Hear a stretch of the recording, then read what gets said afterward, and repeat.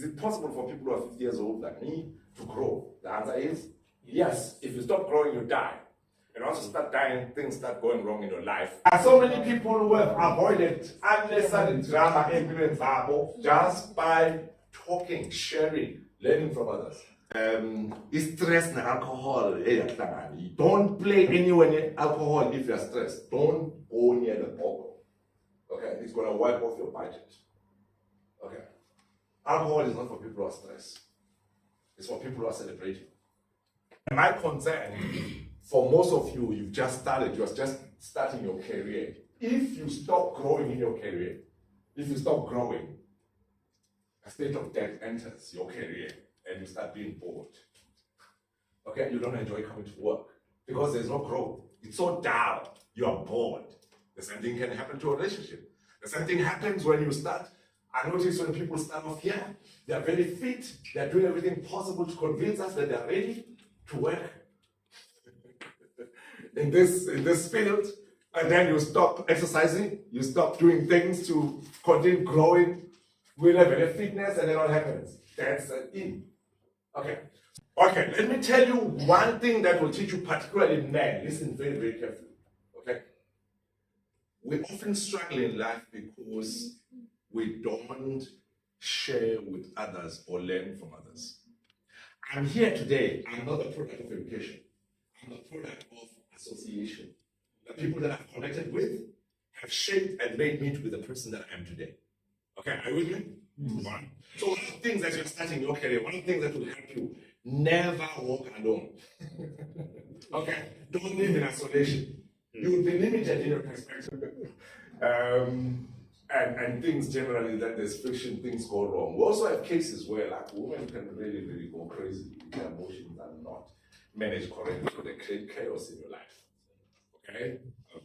I've come across situations like that. So I'm highlighting the fact that people are struggling today because something about the management of relationships is not working. And that's where the comes in. So you'll hear me referring just in this brief talk. I'll keep connecting back to how you raise your children, how you engage with your wife or your husband, boyfriend, girlfriend.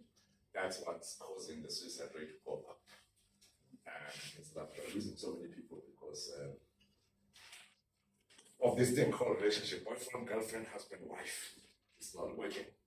Okay. So if your relationship stops growing, what do you think happens? Your relationship starts dying, it affects you. Okay?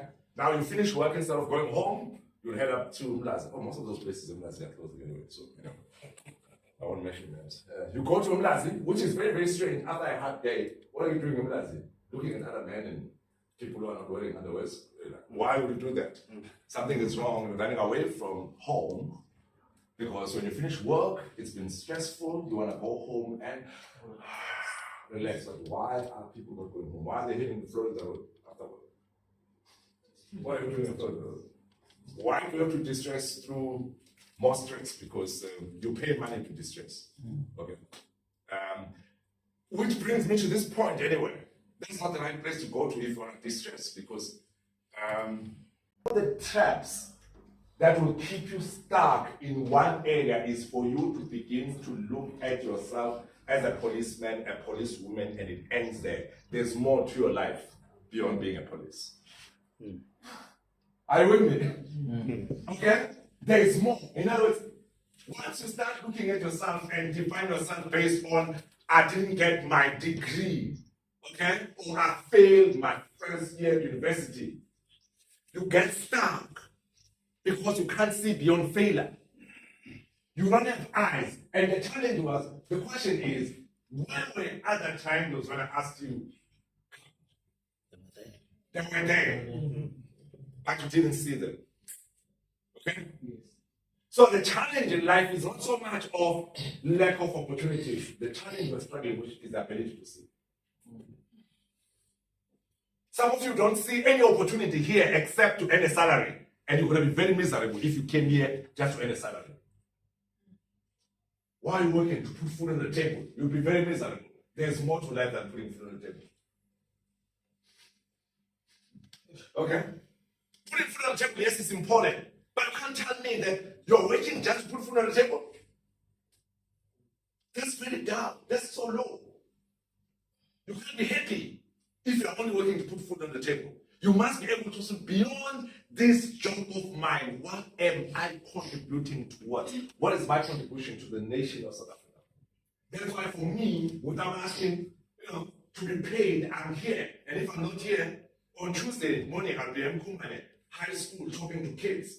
Who pays you to all of that? No. I don't work for money.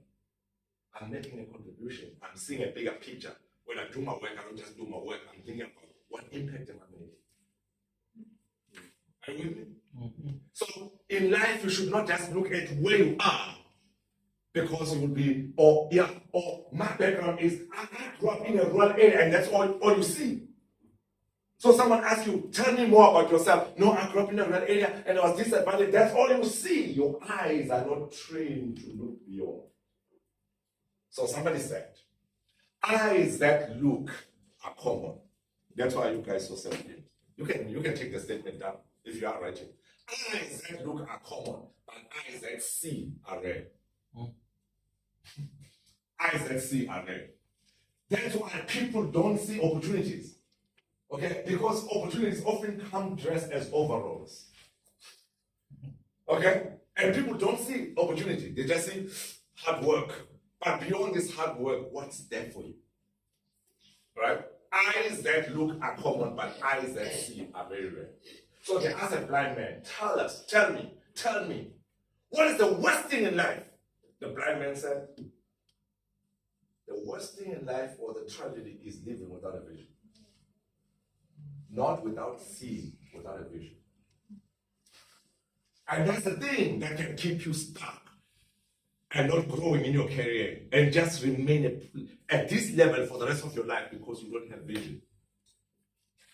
You don't have eyes to see. So what do you see? I only see 17. What do you see? I was rejected by my father when I was young. By the way, some of the people who are very dangerous in society are people who are not fathered. People who actually don't have role models like fathers who grew up fatherless. They can be very, very dangerous. I've seen few celebrities, I've spoken to few, I've counseled a few celebrities whose careers have nosedived and like collapsed at the point when they started searching for mass. That thing can mess you up. Okay? If you think of some of the people who have collapsed, who were high up there, that issue of searching for me can mess you up. If you don't make peace with the past. Okay? Tell me about yourself when I'm an orphan. I grew up without a father. I grew up without a mother. I grew up in a way. That's all you see. So what's the principle here? Look beyond the surface if you want to succeed. Don't just look at things at face value. Okay, so it's not always a wife. In most cases, actually, you think it's a wife. It's actually men who don't understand women. Okay, that's why we have such a high level of suicide. Okay, men don't understand women because men are wired differently and women are wired differently. And men tend to focus more on the logical side of things and say, "This is what I think." A woman says, "Let me tell you how I feel." A man doesn't care how you feel. I'll tell you what I think. Okay.